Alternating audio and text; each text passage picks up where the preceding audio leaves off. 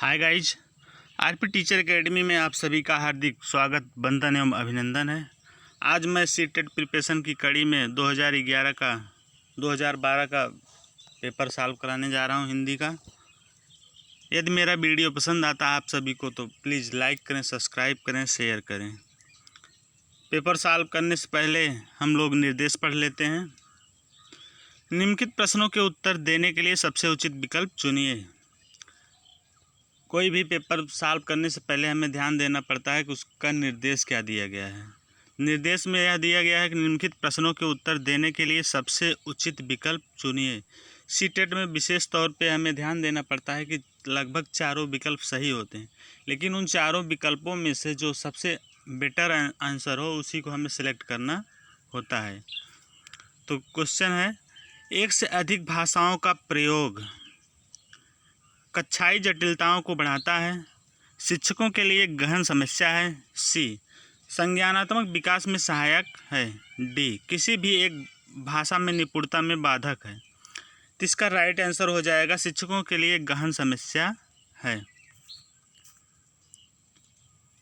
एक से अधिक भाषाओं का प्रयोग हमारे संज्ञानात्मक विकास में सहायक होता है। इससे बहुमुखी व्यक्तित्व का विकास होता है, साथ ही साथ ज्ञान में अभिवृद्धि भी होती है।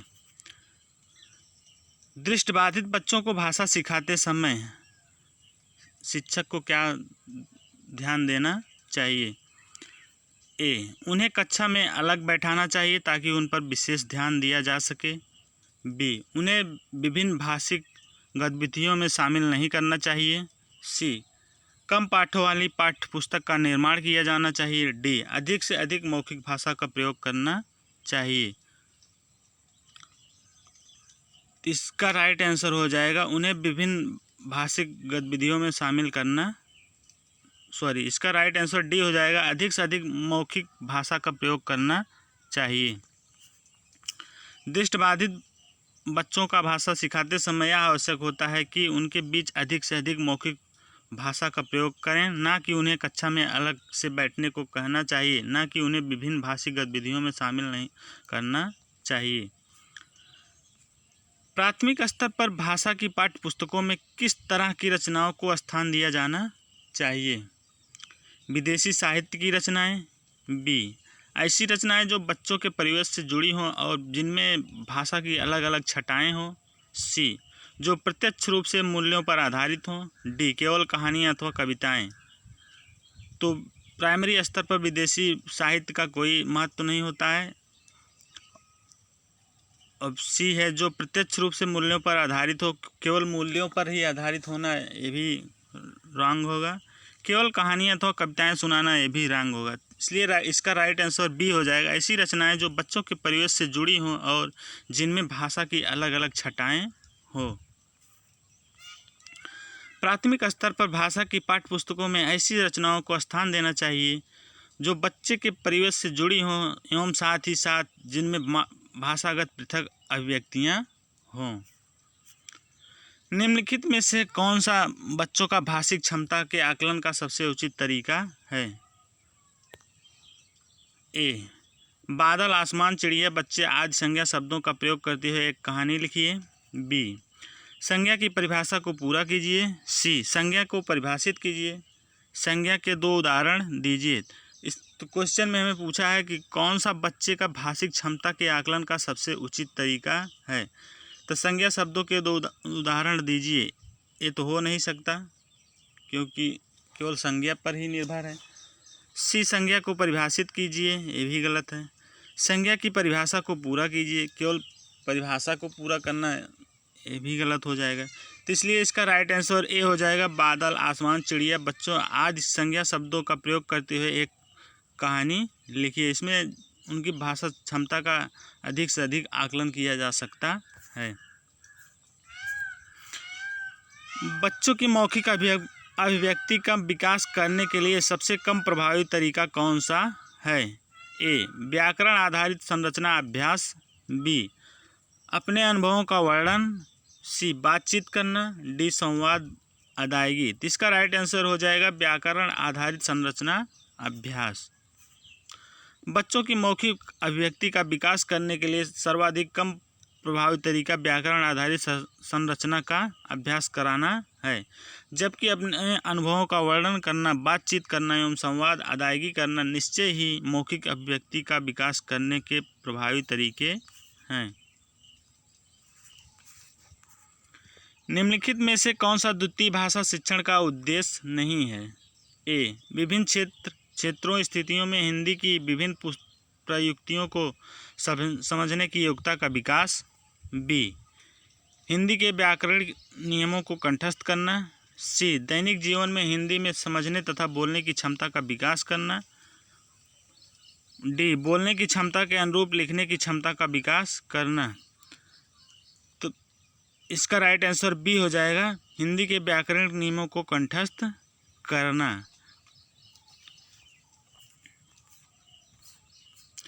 भाषा सीखने के लिए कौन सा कारक सर्वाधिक महत्वपूर्ण है?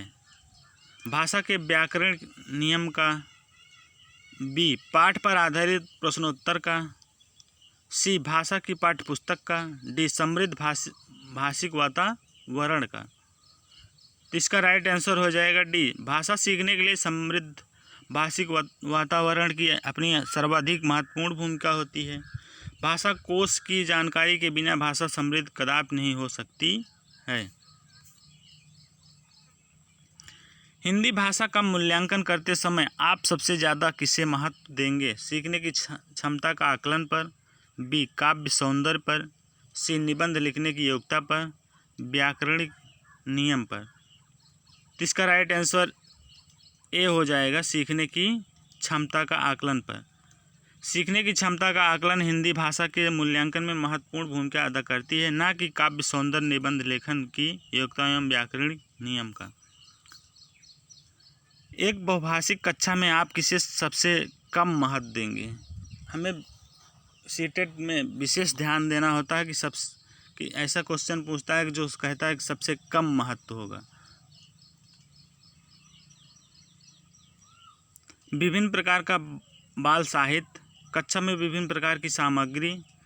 सी, कक्षा के बहुभाषिक और बहुसांस्कृतिक संदर्भों के प्रति संवेदनशीलता।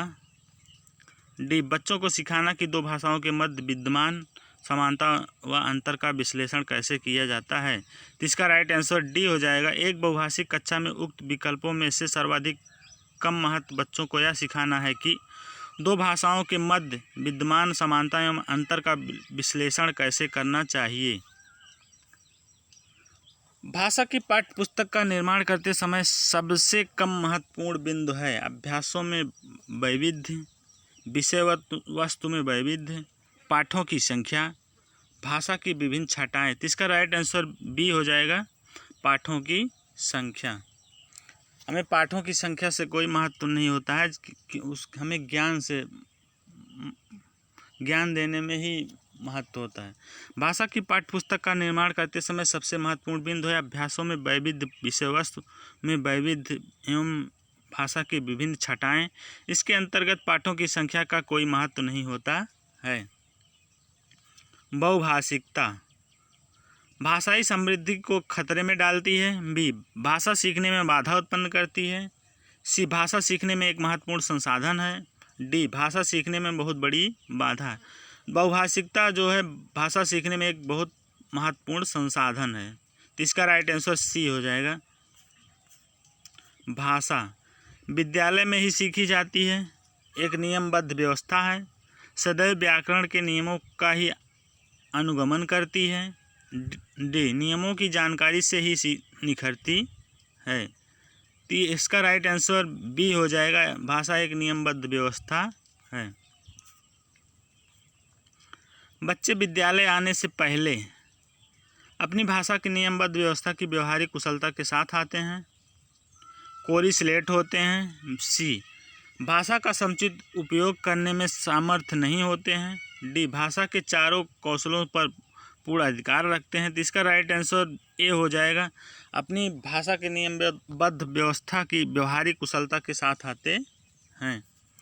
सीटेट का आंसर देने के लिए हमें सबसे पॉजिटिव आंसर खोजना पड़ता है, जो उनके व्यवहारिक बच्चों के व्यवहारिक से जुड़े आंसर ही सबसे बेटर आंसर होते हैं।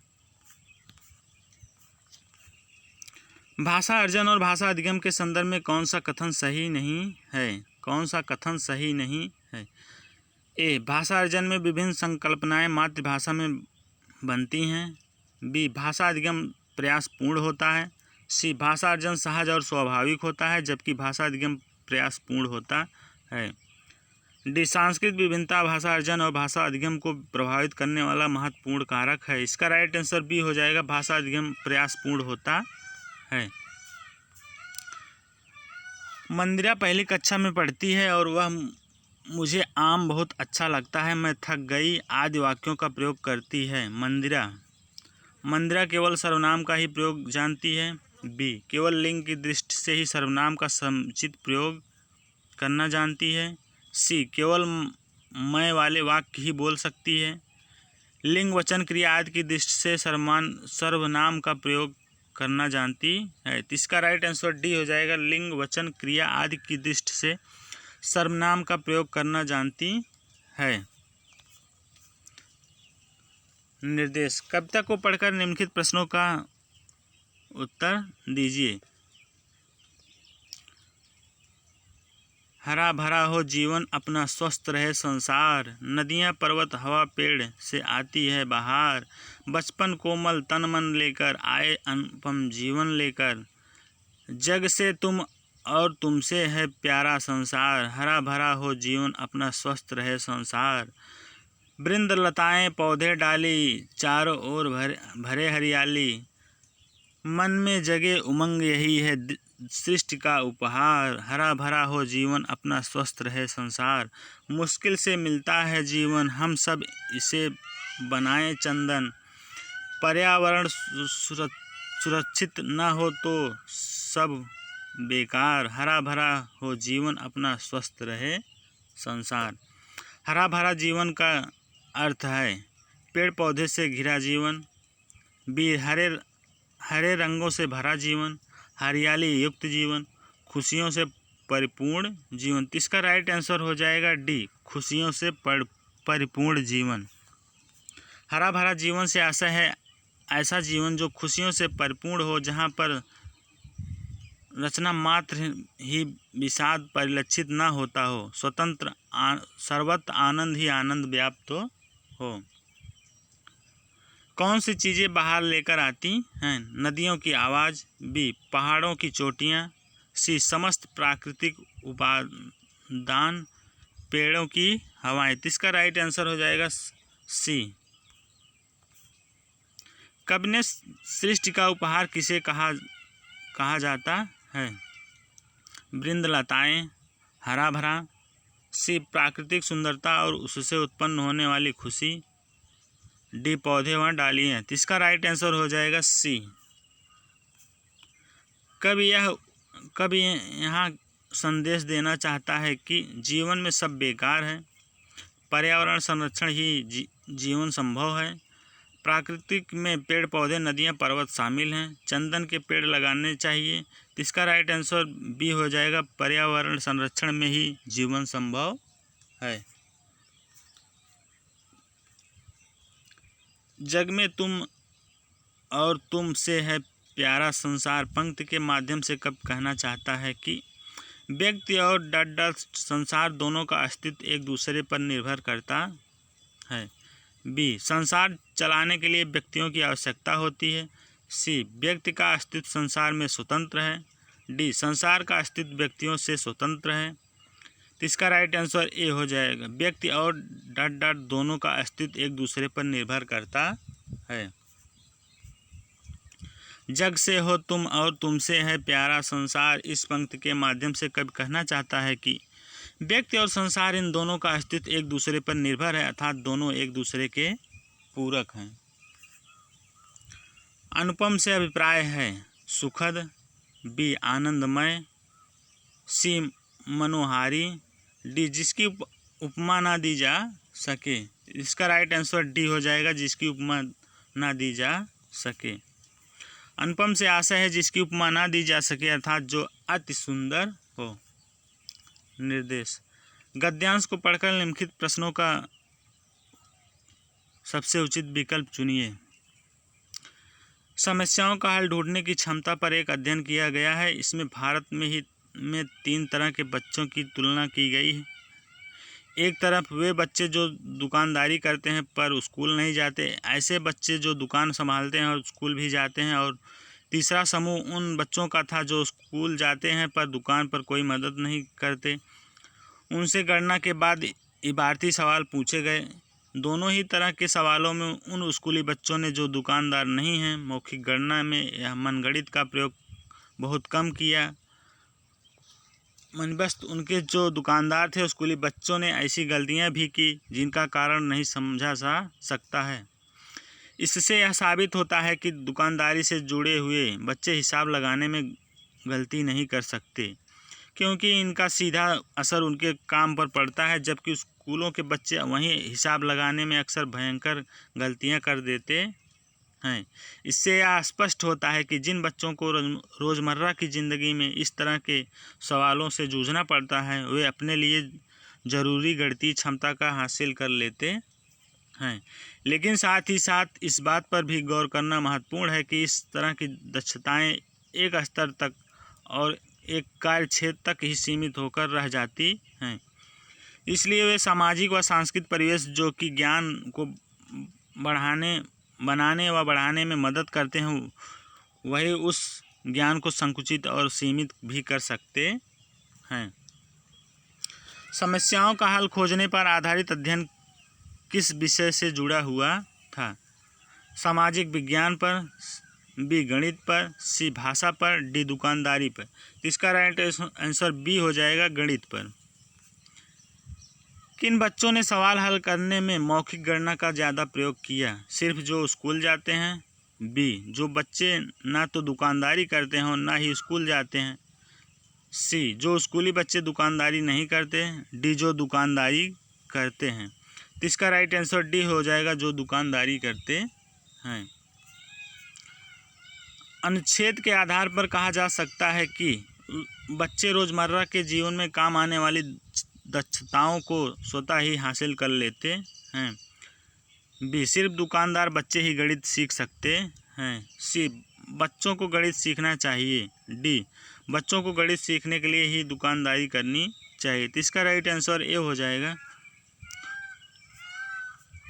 दुकानदार बच्चे हिसाब लगाने में प्रायः गलती नहीं कर सकते हैं, क्योंकि ए वे कभी भी गलती नहीं करते, बी गलती का असर उनके काम पर पड़ता है, सी इससे उन्हें माता पिता से डांट पड़ेगी, डी वे जन्म से ही बहुत दक्ष हैं। तो इसका राइट आंसर हो जाएगा बी, गलती का असर उनके काम पर पड़ता है, इसलिए वे गलती नहीं करते।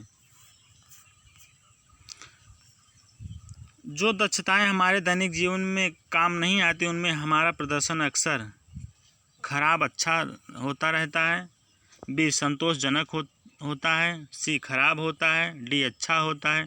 तो इसका राइट आंसर ए हो जाएगा, खराब अच्छा होता रहता है। जब हम यह समझते हैं कि अमुक कार्य को करने से या सीखने से भविष्य में कोई लाभ नहीं मिलेगा तो उससे हमारा प्रदर्शन मिले जुले रूप में ही बना रहता है।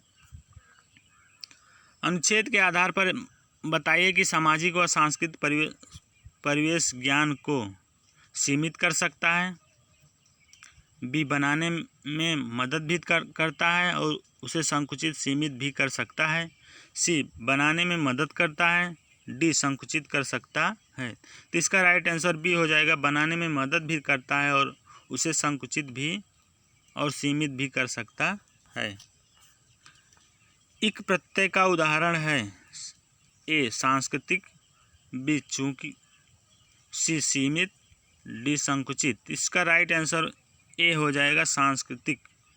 इक प्रत्यय का उदाहरण दिए गए विकल्पों में से सांस्कृतिक होगा। इसी प्रकार अन्य उदाहरण इक प्रत्यय से संबंधित हैं, मौखिक, मानसिक, नैसर्गिक, तार्किक, प्रारंभिक आदि।